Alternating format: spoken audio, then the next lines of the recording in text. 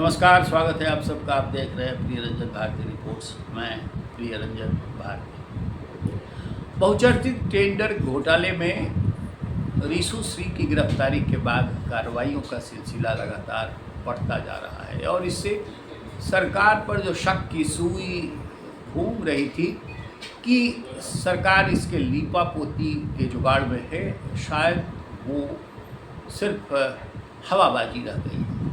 क्योंकि एसयूवी ने कार्रवाई की गति को आगे बढ़ाना शुरू कर दिया है।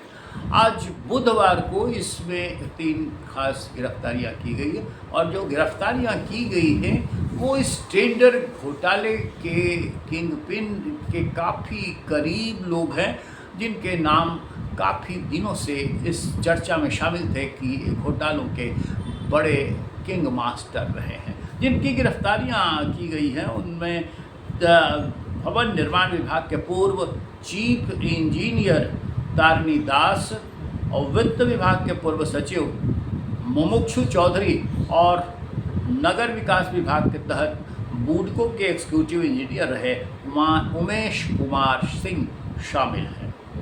इन तीनों के पास से भ्रष्टाचार के जरिए काली कमाई के कुल 11.53 करोड़ रुपए मिले थे। इन सब पर भ्रष्टाचार के मामलों में कार्रवाई अब बुधवार को की गई है। एडीजी पंकज कुमार दराद ने इसकी पुष्टि की है। एसयूवी सूत्रों के मुताबिक आईएएस संजीव हंस पर भी गिरफ्तारी की तलवार लटक गई है। एक टीम पटना में ऊर्जा स्टेडियम के पास स्थित उनके सरकारी आवास पर गई थी। फिर उनकी तलाश में टीम पुरानी सचिवालय में राजस्व परिषद के ऑफिस भी गई। संजीव हंस दोनों ही जगह नहीं मिल पाए। हालांकि मंगलवार को वो ऑफिस गए थे। संभावना जताई जा रही है कि गिरफ्तारी के डर से वो फरार हो गए हैं। अब मामले में देखिए तो अब तक 5 गिरफ्तारियां हो चुकी है। रीशु से जुड़े टेंडर घोटाले में अब तक एसयूवी ने 5 लोगों को गिरफ्तार किया है। पहली गिरफ्तारी रीशु श्री की हुई थी, दूसरी गिरफ्तारी उसके सहयोगी संतोष की गई और एडीजी ने स्पष्ट कर दिया कि टेंडर घोटाले की जांच चल रही है।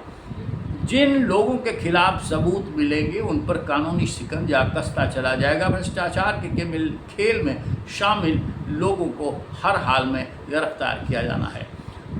आपको ये जानकारी होगी कि इस टेंडर घोटाले के कनेक्शंस दूर तक जा रहे हैं और तारिणी के ठिकाने जो थे उन ठिकानों पर छापेमारी की गई थी। 8.53 करोड़ रुपए कैश बरामद किए गए थे। इन सभी पर पहले से प्रवर्तन निदेशालय यानी ईडी ने शिकंजा कसा हुआ था। भ्रष्टाचार कर टेंडर मैनेज के खेल की जांच शुरू की थी। तब कई इंजीनियर्स और अफसरों के नाम सामने आए थे। इसी प्रकरण में मिले लीड के आधार पर ईडी की टीम ने 2025 में भवन निर्माण विभाग के चीफ इंजीनियर तारिणी दास के ठिकानों पर भी छापेमारी की थी। 8.53 करोड़ रुपया उनके ठिकाने से कैश बरामद किया गया था। इसी तरह वित्त विभाग के संयुक्त सचिव मुमुक्षु चौधरी के ठिकानों पर छापेमारी कर 2 करोड़ रुपए कैश बरामद किए गए थे। बाद में इन दोनों के खिलाफ आय से अधिक संपत्ति का केस अभी एसयूवी ने दर्ज किया और इनकी पड़ताल अब भी लगातार जारी है। इसी तरह बुडको के एग्जीक्यूटिव इंजीनियर उमेश कुमार सिंह के ठिकानों पर कार्रवाई एसयूवी ने की। इनके पास से 1 करोड़ रुपया कैश बरामद किया गया था। पूर्व चीफ इंजीनियर तारिणी दास और वित्त विभाग के संयुक्त सचिव मुमुक्षु चौधरी पर सरकारी नौकरी में रहते हुए भ्रष्टाचार के गंभीर आरोप लगे थे। इसी वजह से प्रिवेंशन ऑफ करप्शन यानी पीसी एक्ट के तहत दोनों के खिलाफ एफआईआर दर्ज की गई थी। पटना स्थित एसयूवी थाने में मुमुक्षु चौधरी के खिलाफ एफआईआर नंबर 24/25, जबकि तारिणी दास के खिलाफ एफआईआर नंबर 25/25 दर्ज है। तारिणी दास 31 अक्टूबर 2024 को भवन निर्माण विभाग से रिटायर हुए थे। रिटायरमेंट के 9 दिन बाद ही 9 नवंबर को उन्हें 2 साल का एक्सटेंशन मिला था, मगर ईडी की कार्रवाई के बाद सरकार ने उनके कॉन्ट्रैक्ट को कैंसिल भी कर दिया था। रीशु श्री बिहार पुलिस की इकाई का एक बड़ा ऐसा दागदार नाम है जो 27 मई को पटना में उसके ठिकानों पर छापेमारी हुई थी और 28 मई को रिशु श्री को गिरफ्तार कर विशेष निगरानी कोर्ट में पेश किया गया था। वहां से उसे 14 दिनों की न्यायिक हिरासत में बेऊर जेल भेज दिया गया। छापेमारी के दौरान रिशु श्री के घर से करोड़ों रुपए के जेवरात और लाखों रुपए कैश बरामद किए थे। रिशु श्री मूल रूप से बिहार के सारण जिले का निवासी है। सीनियर आईएएस अधिकारी संजीव हंस और अन्य आईएएस अधिकारियों के खिलाफ चल रहे भ्रष्टाचार और मनी लॉन्ड्रिंग केस में आरोपी है। उसके खिलाफ एसयूवी ने मनी लॉन्ड्रिंग का मामला दर्ज किया हुआ है। ईडी की रिपोर्ट के मुताबिक रिशु ने सरकारी कर्मचारी या अधिकारियों और का फायदा पहुंचाया। इसके बदले उसे सरकारी टेंडर से जुड़ी अहम जानकारी पहले ही मिल जाती थी। रिशु श्री अधिकारियों के साथ साठ गांठ कर टेंडर में फेरबदल करा लेता था। मनचाहे ठेकेदार का टेंडर दिलवाता था। इसके बदले कमीशन लेता था। कमीशन का हिस्सा संबंधित अधिकारी तक पहुंचाया जाता था। मीडिया रिपोर्ट्स जो बताती है उसके अनुसार ईडी की जांच में पता चला है कि रिशु कुछ अहम सरकारी विभागों में हजारों करोड़ रुपए के कॉन्ट्रैक्ट्स के लिए बिचौलिए की भूमिका निभाता रहा है। ठेकेदार, दलाल और यहाँ तक कि अच्छी पोस्टिंग चाहने वाले अधिकारी कर्मचारी भी उसे ऐसा जादूगर मानते थे जो बड़े बड़े अधिकारियों से चुटकियों पर काम करा देने में माहिर था। रिपोर्ट्स ये भी है कि रिशु श्री के बिहार के कुछ आईएएस अधिकारियों की संपत्ति मैनेज करता था। उन्हें विदेशों में सुरक्षित ठिकानों में जमा कराने में भी उनकी मदद करता था। उसने 12 आईएएस अफसरों की प्रॉपर्टी फ्रांस, यूएई और स्विट्जरलैंड जैसे देशों में बनवाई। पिछले 6 साल में उसने तुर्की, Switzerland, France, Dubai, Bahrain, Abu Dhabi, Bhutan, Thailand, Jeddah, Sharjah आदि देशों की कई बार यात्राएं की हुई।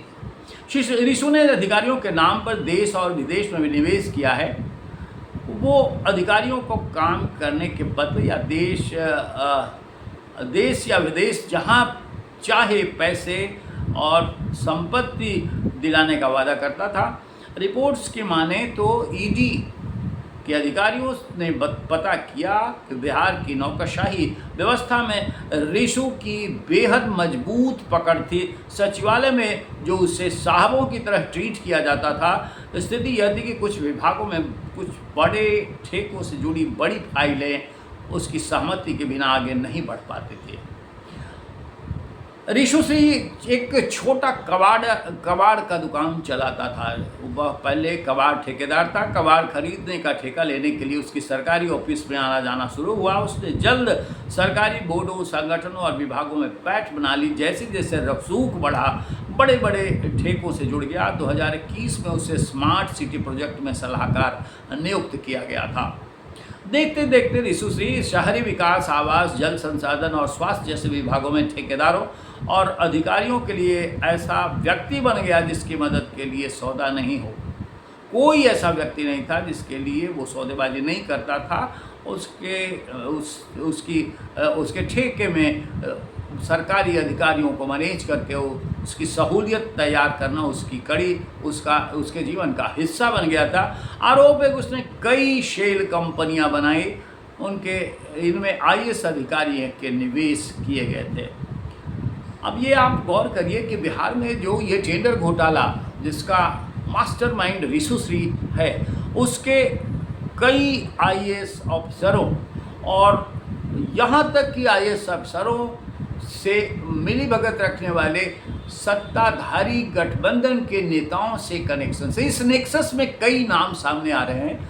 उन नामों की कलई खुली है और कच्चा चिट्ठा जो है वो खुलता हुआ आगे बढ़ रहा है। लेकिन सरकार की तरफ से जो कार्रवाइयाँ हो रही है बड़ी थम कर की जा रही है। पहले तो जिस तरह से ईडी ने सारी तस्करी में सारे दस्तावेज परोस कर सरकार को दिया कि इन पर कार्रवाई करो, उसे सरकार ने उसी तरह से कार्रवाई करने की बजाय एसयूवी को आगे कर दिया और पंकज दराद के नेतृत्व में कार्रवाई की दिशा आगे बढ़ी।